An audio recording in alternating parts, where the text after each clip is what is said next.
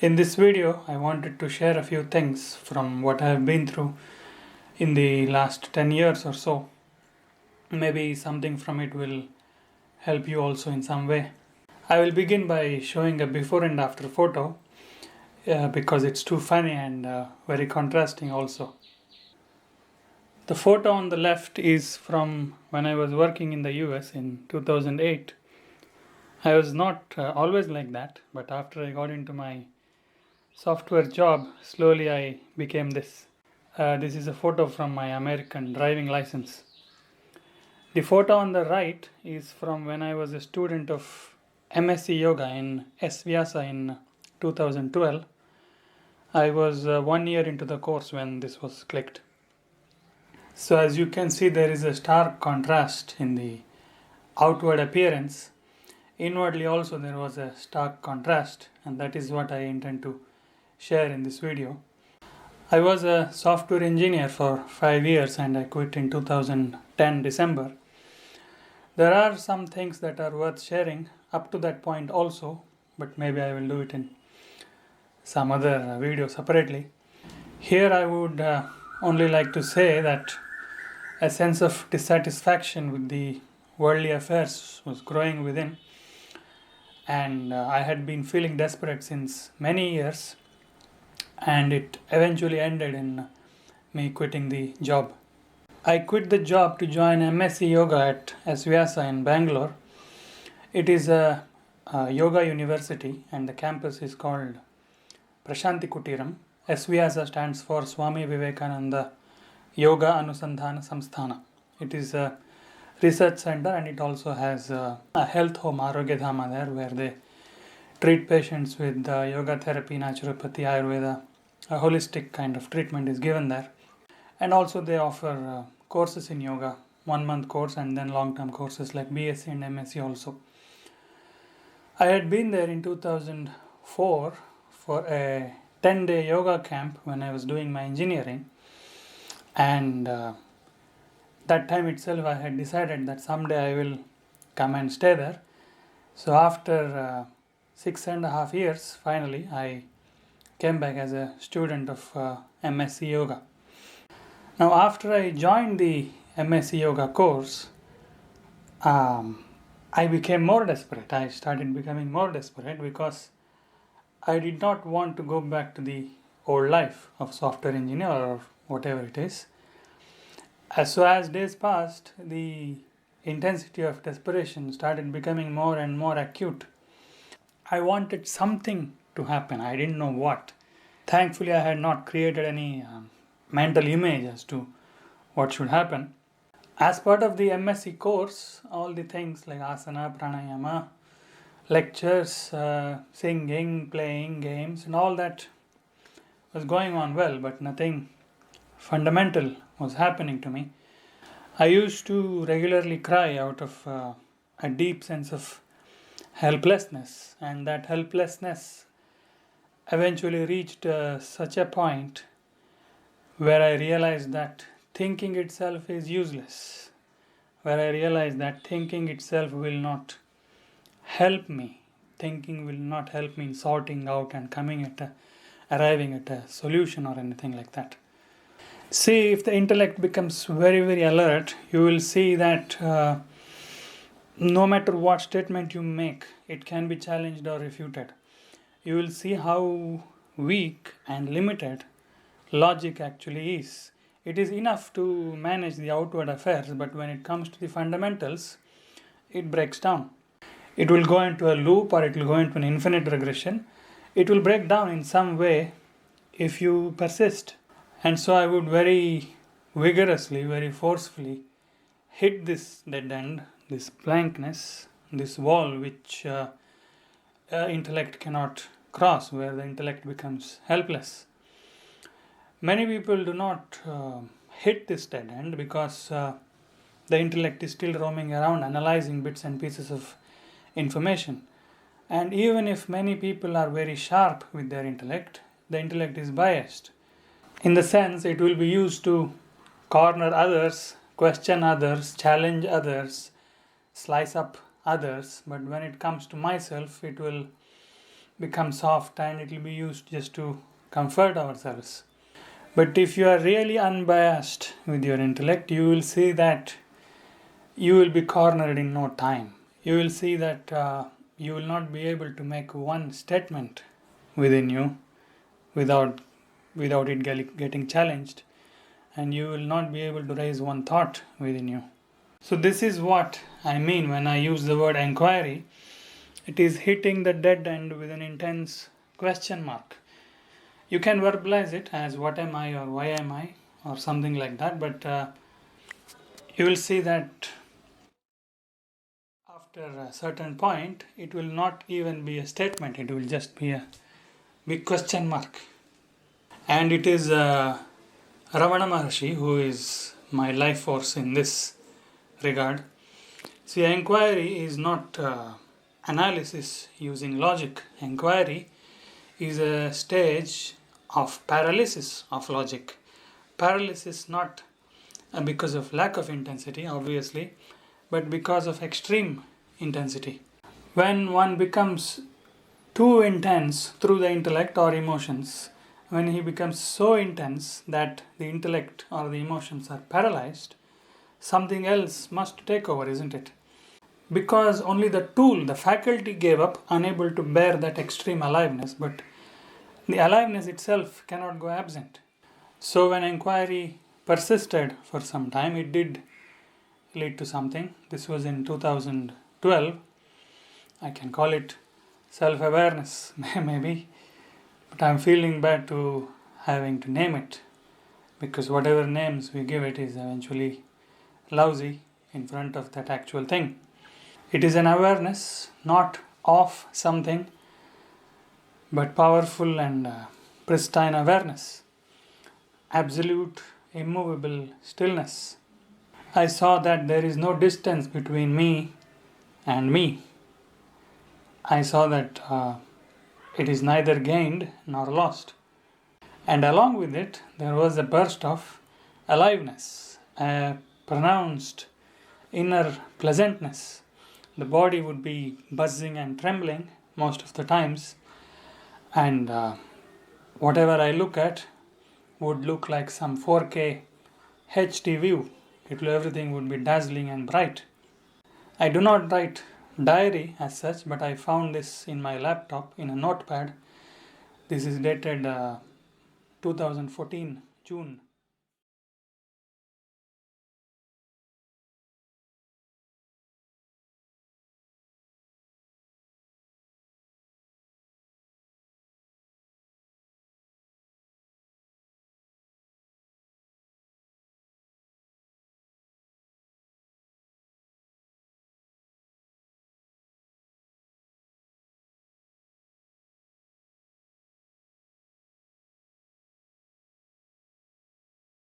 This would happen every now and then, and also I would be singing kirtans and dancing in my room in tears, in ecstasy. In my case, devotion came as an outcome, it was not the sadhana. The icebreaker in my case was, as I said earlier, inquiry. I will tell you one specific example. This first happened in 2012, and then it has been happening whenever exuberance levels become high. I am telling this especially to those people who have attended my lectures or interacted with me or have followed my lectures in YouTube. Those who have seen that I am sensible enough.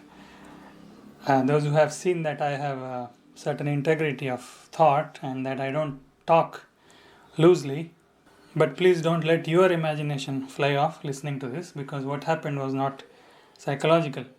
So what had happened was I had become so alive and vibrant that if I'm walking in the campus or in city or mall or somewhere, people walking around me to a certain distance, maybe I can say 6 to 8 feet perhaps, people within this distance from me, I would experience them as myself.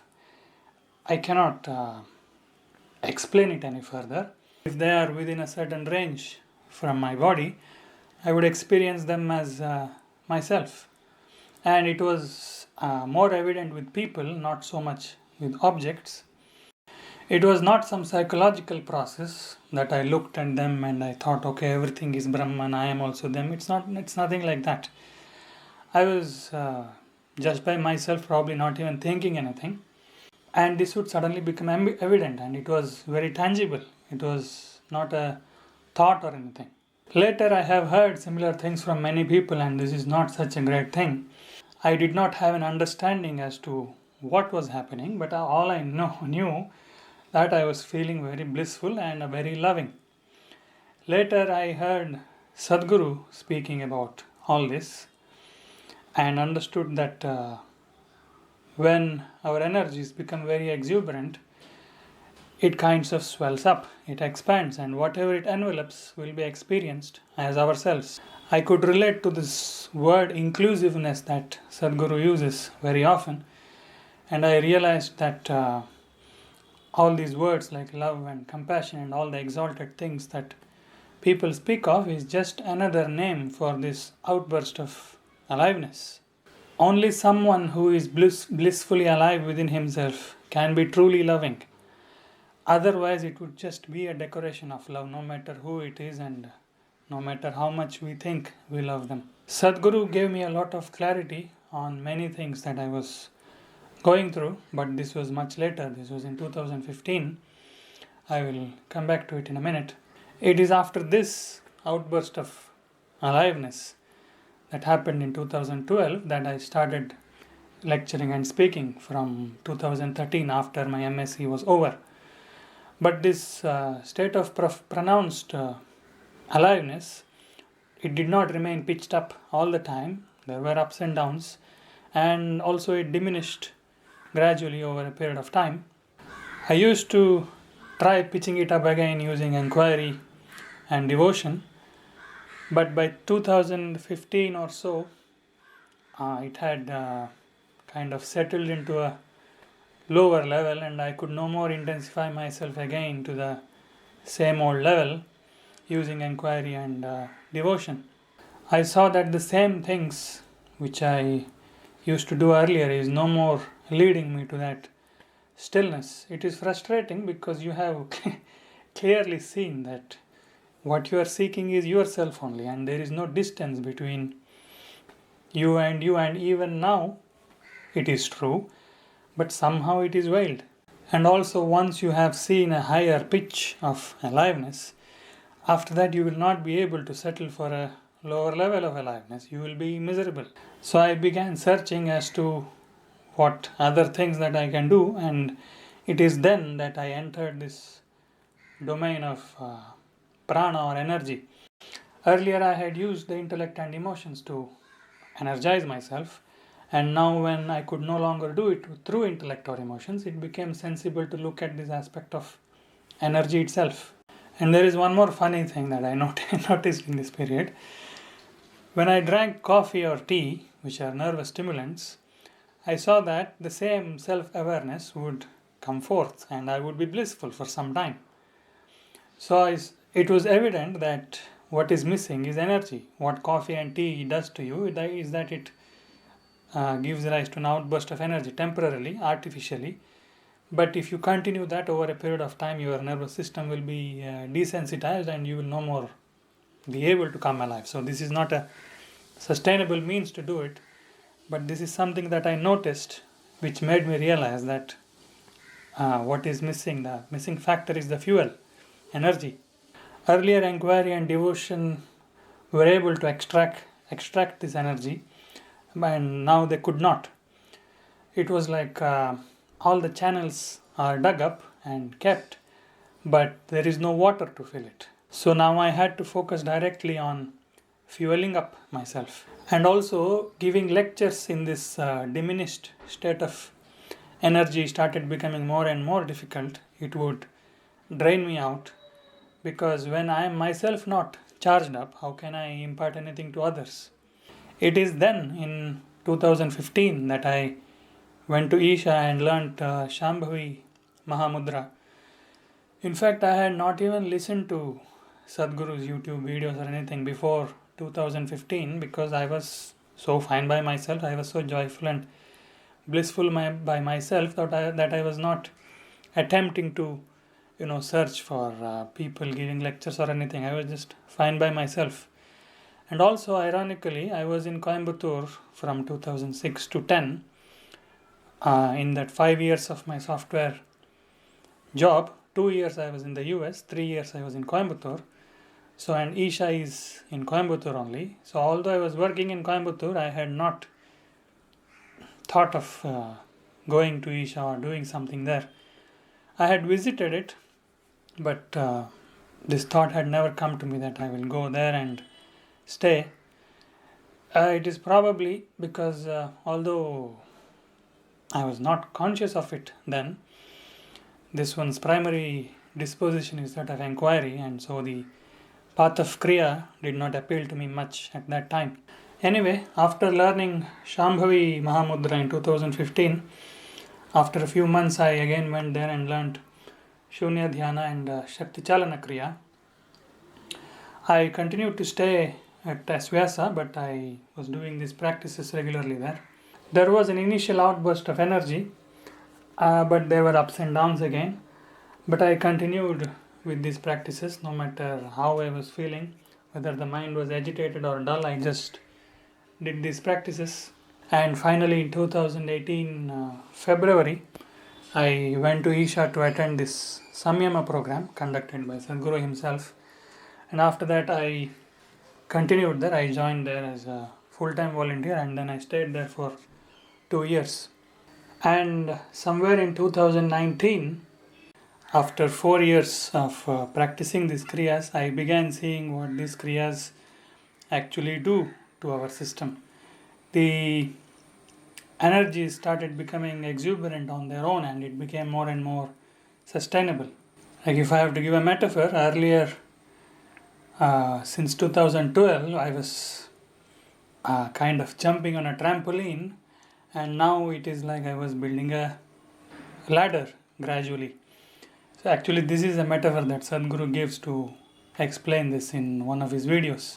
In Shakti Chalana Kriya, there is a certain practice which has to do with certain number of rounds, and this is a discussion among practitioners usually, and I used to practice the number of rounds as prescribed by the teachers. But now I see that there is no need to count. I do the practice until I cannot continue anymore because I start laughing, and when I cannot continue the practice. If you ask me what many spiritual seekers are lacking is this fuel, this energy. If you are able to draw it using other means like inquiry and devotion, it's well and good, no problem. But if you are not, you should really practice this kriyas. I don't see any point in saying that I do only jnana yoga, I do only bhakti yoga, I don't do kriyas and all. I don't see any point in being stubborn like that, because after all, life is short and we have to make it happen as soon as possible.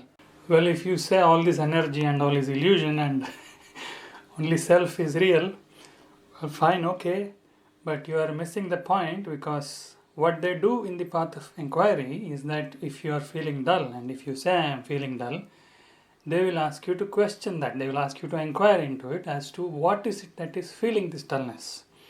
And that very process of inquiry is supposed to bring up your energy levels.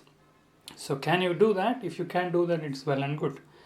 But for the self-awareness to manifest, sufficient energy has to be mustered, whatever the means, through inquiry or through devotion or through the kriyas. Sufficient energy has to be mustered for the self-awareness to come forth. Otherwise, it will just become dummy words. It will just become empty philosophy. So yes, the path is virtual. You are not going to go anywhere. You are not going to get something. You will only realize what already is. But for that, sufficient energy has to be mustered. Without that energy factor, we will just be fooling ourselves with philosophies and a lot of decorations with words. It is in this aspect of energy that all this disciplining and so much of regulations come into picture. In the path of inquiry and devotion, they are not given that much of importance, like food regulation and waking up early in the morning, doing these practices, breath regulation and all that. So when we are addressing this aspect of energy itself, when we are trying to build up the fuel itself, everything is meticulously taken care of. Others who don't understand this sometimes criticize this, saying that all this will make you mechanical. You go on repeating the same practice every day, it will make you mechanical. Well, actually, they don't make you mechanical, they will make you more inflammable. That is what the Kriyas do. If something is making you mechanical, then it is not a yogic kriya, it is something else. As Sadhguru says, these are technologies, and unlike inquiry and devotion, which depend a lot on the person's temperament, these techniques can be practiced by anybody. It is just a set of certain steps, and you just have to do it as prescribed without modifying it. And if you just go on doing it, you will reap the benefits. I know their place now, and although I am not a hardcore hatha yogi or a kriya yogi, I make use of these practices and disciplining to some extent. They have helped me greatly to fuel myself up, and they have been a great support in my primary practice, which is inquiry. I hope these kriyas will help you also and support you also in whatever path you are following. I don't know about other systems and other kriyas which are offered by other spiritual schools. All I can say is that these kriyas which I learned from Isha have worked for me, and most of you anyway know Sadhguru. I don't have to say anything about that storm. Or maybe I will make a separate video on Isha and Sadhguru if possible in the future. Presently I am in such a state where I can say that while mental aberrations like anger and anxiety are still facts, this self-awareness, this absolute stillness is equally a fact. And I know this tug of war can end only one way. Now please do not use all that I have said in this video to do some surgical analysis on me. I made this video so that I can share how self-inquiry happened to me, and then later how Kriyas played a vital role. If something from this is relevant to you, please make use of it.